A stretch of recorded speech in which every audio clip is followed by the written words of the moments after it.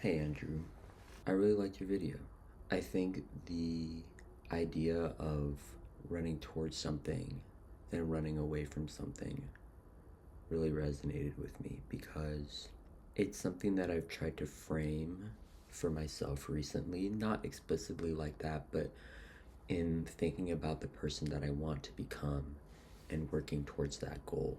At the beginning of the year, I I maybe a resolution or what, but I wanted to, oh my gosh, I wanted to work on eliminating bad habits.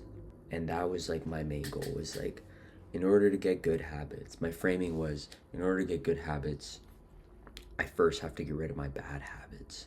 And part of that was learning to control what I consumed, and part of it was, changing some of my actions. But it's been hard to, I guess, move on to whatever that next step is. I think I've always tried to live positively and optimistically. To me, it's like, what's the point in living otherwise? And it's been a lot harder recently. I remember I've had this sort of thing happen to me before, and it was right at the beginning of college. Coming out of high school, I really didn't like who I was. This was like, I guess, right at the beginning of COVID. And I was thinking back on a time that, mostly because I had a falling out with one of my best friends a little bit in that winter, senior year of high school. And I didn't want to lose her. And so I knew I needed to change. And I knew going into college could be a fresh start for me, a new beginning. And in doing that, I wanted to think back on a time when I was truly happy in life.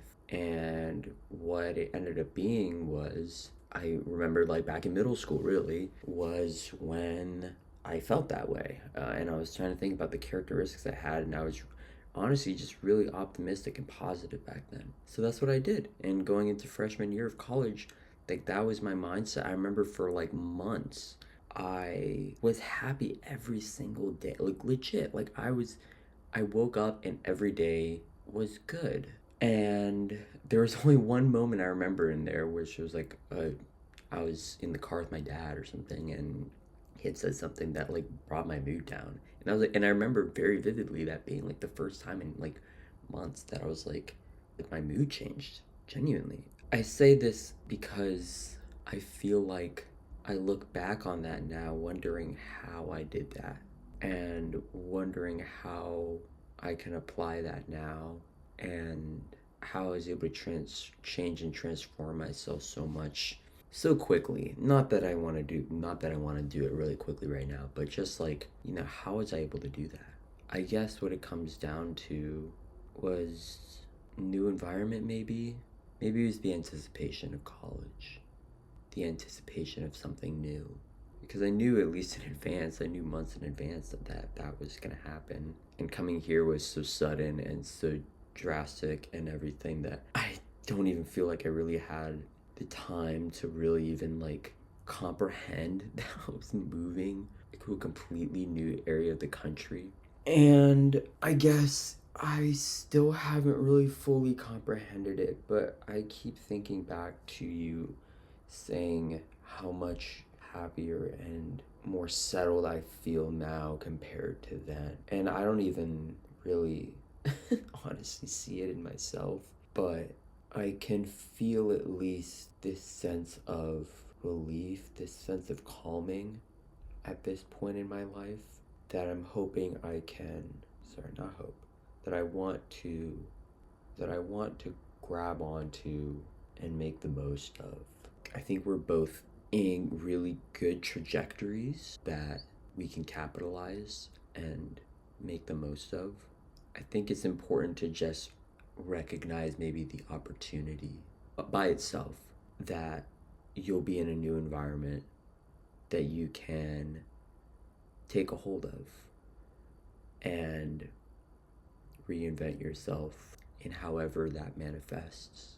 Because I think it's important and powerful. And the fact that you recognize this before going into it is really special. I mean, power positivity, I guess, is what I would say. And running to something rather than from something is a really great way to put it. You know, I went to the Kid Leroy concert last night, and I can't in all honesty say that I really had a good time at the concert. I felt pretty alone, to be honest. It was hard not to feel that way when it felt like literally everybody else was there with other people the entire time. And it was kind of the only thing I could think about, even when I was trying to think about other things. I don't know, it didn't feel good. But on the way home, as I was going to the metro and I tapped my card to get in, there was this girl that came up to me and asked us like, hey, like she needed to get to Silver Spring. I was like, oh, we're going like towards the same direction. Like we're both going on red line. You're just gonna go in the opposite direction. Like, hey, if you want, I'll show you exactly where to go and everything. And she was so happy and thankful and grateful. And her name is Kim. And we got on the metro and just kind of yapped a little bit. But she said that she also went there by herself because all of her friends didn't want to go. It felt like deja vu, honestly. It felt just like hearing myself. And she had like met this girl there and they enjoyed the concert together.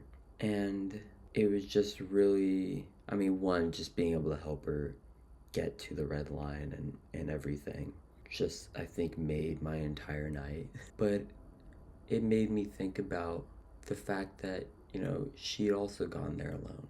And she met with this other girl who had gone there alone. And, you know, I saw so many people there together who I guess I thought were all there together that knew each other, and I was the only person there that I was alone. But I wasn't. And I don't know, I guess I'm still trying to learn the lesson from that. I haven't really thought about it. But I guess the lesson is that while you can feel alone in the world, how you feel is not confined to just you. It's something that I feel like I know and I've heard and learned before, but not something that I've really grasped. My mom has always told me that, like, for as much as you're going through, there are other people that are going through worse. And I think she's right. But she's also always said that, like, you have to give yourself grace. You have to still acknowledge and focus on how you feel and what you need. And so I guess, I don't know, it feels like everything that I just said was so disconnected. But I don't know, maybe there's some wisdom in there or some lesson. Maybe you can figure it out. But I guess I just have a lot on my mind. So I'm glad I said it out loud.